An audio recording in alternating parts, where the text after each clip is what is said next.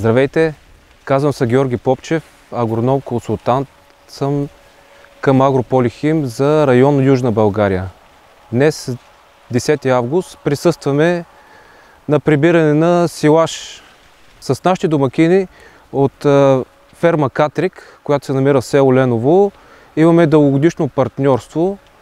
Основно те са потребител на продукти на Агрополихим. Представям ви нашия домакин Радослав Янков. Той ще разкаже по-подробно за стопанството.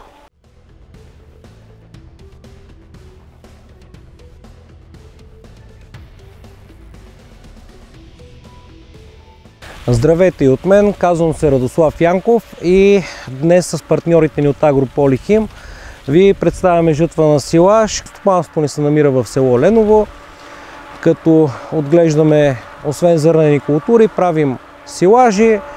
Също така ние имаме животни, като по-голяма част от силажите, които произвеждаме, влагаме в нашата ферма.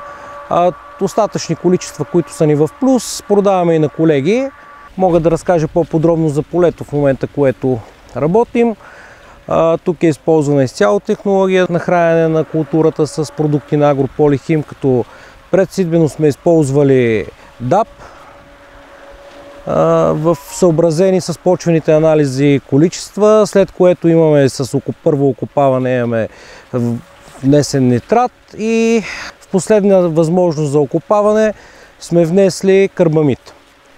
Като плановете ни за в бъдеще са, тъй като царвицата е поливна с пивотна система, плановете ни за в бъдеще са да вложим и лан като последно торене в фаза преди изметляване. Тъй като тази 24-та година беше доста предизвикателна от към гледна точка на валежи и високи температури в критични фази на царвицата, смятам, че технологията по хранене ни е правилна, тъй като в момента получаваме едни прилични резултати на фона на метеорологичните условия.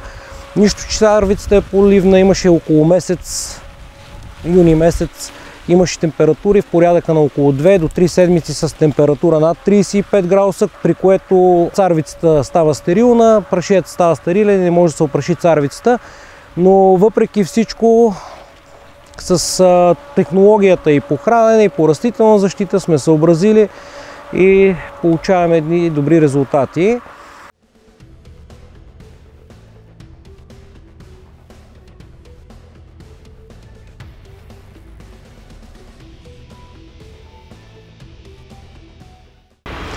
Тук се намираме на силажната яма и за производство на качествен силаж, освен правилния хибрид, е важно този хибрид да бъде нахранен.